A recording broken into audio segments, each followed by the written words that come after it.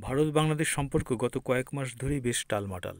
সম্প্রতি ইসকন নেতা চিন্ময় কৃষ্ণ দাস ব্রহ্মচারী গ্রেপ্তারির জেরে এদেশের সংখ্যালঘুদের উপর নির্যাতনের কথিত অভিযোগ তুলে দুদেশের সম্পর্ক আরও অবনতি হয়েছে।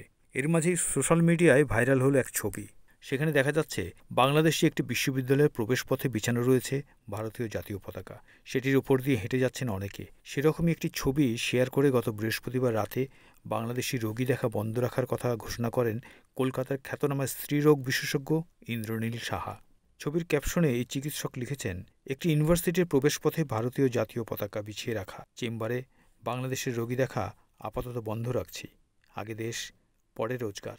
বাংলাদেশের বিভিন্ন বিশ্ববিদ্যালয় ক্যাম্পাসের মাটিতে ভারতের পতাকার অবমাননার ঘটনার জের ধরে গত ২৮শে নভেম্বর বৃহস্পতিবার ভারতের কলকাতায় বাংলাদেশের ডেপুটি হাইকমিশনের বাইরে একটি উগ্রবাদী হিন্দু সংগঠনের সহিংস বিক্ষোভ, পতাকায় আগুন এবং প্রধান উপদেষ্টার কুশপুত্তলিকা পোড়ানো হয়েছে। এই ঘটনায় তীব্র নিন্দা ও উদ্বেগ জানিয়েছে বাংলাদেশের পররাষ্ট্র মন্ত্রণালয়।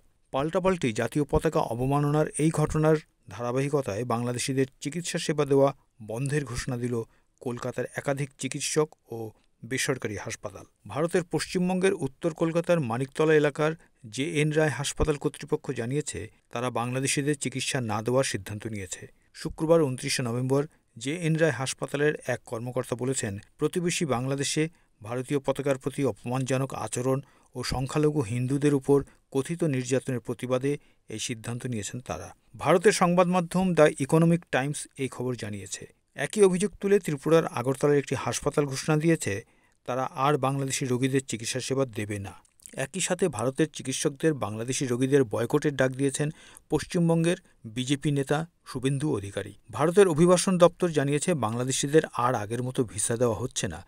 কেবল স্বাস্থ্যগত জরুরি পরিস্থিতির ক্ষেত্রে ভিসা দেওয়া হচ্ছে। এখন সেই সেবাও বন্ধ হতে চলেছে। বাংলাদেশি হিন্দু সম্প্রদায়ের উপর নিপীড়ন চলছে অভিযোগ করে ভারতের ত্রিপুরা রাজ্যের মুখ্যমন্ত্রী মানিক সাহা হুঁশিয়ারি দিয়ে বলেছেন, তার সরকার বাংলাদেশের সঙ্গে বাণিজ্য বন্ধের কথা ভাবছে। সম্প্রতি বাংলাদেশ ভারতের মধ্যে বাণিজ্য উল্লেখযোগ্য পরিমাণে কমে গেছে। কয়লা, মাছ ও অন্যান্য পণ্যের আমদানি রপ্তানি ব্যাপক হারে কমেছে। এখন শুধু অতি প্রয়োজনীয় পণ্যের বাণিজ্য চলছে। এদিকে যখন পতাকা অবমাননার কাণ্ড নিয়ে দুই দেশের কিছু মানুষ উত্তেজিত, তখন গায়ক কবির সুমন তার প্রতিবাদী কবিতায় বললেন অন্য কথা। যারা এই ঘটনা ঘটিয়েছেন তাদের বিরোধিতা করে তকমা দিলেন উজবুকের। কবির সুমন তার কবিতায় লেখেন, কতগুলো উজবুক পতাকা মারালো, বিজ্ঞরা তাই ব্লাড প্রেশার বাড়ালো।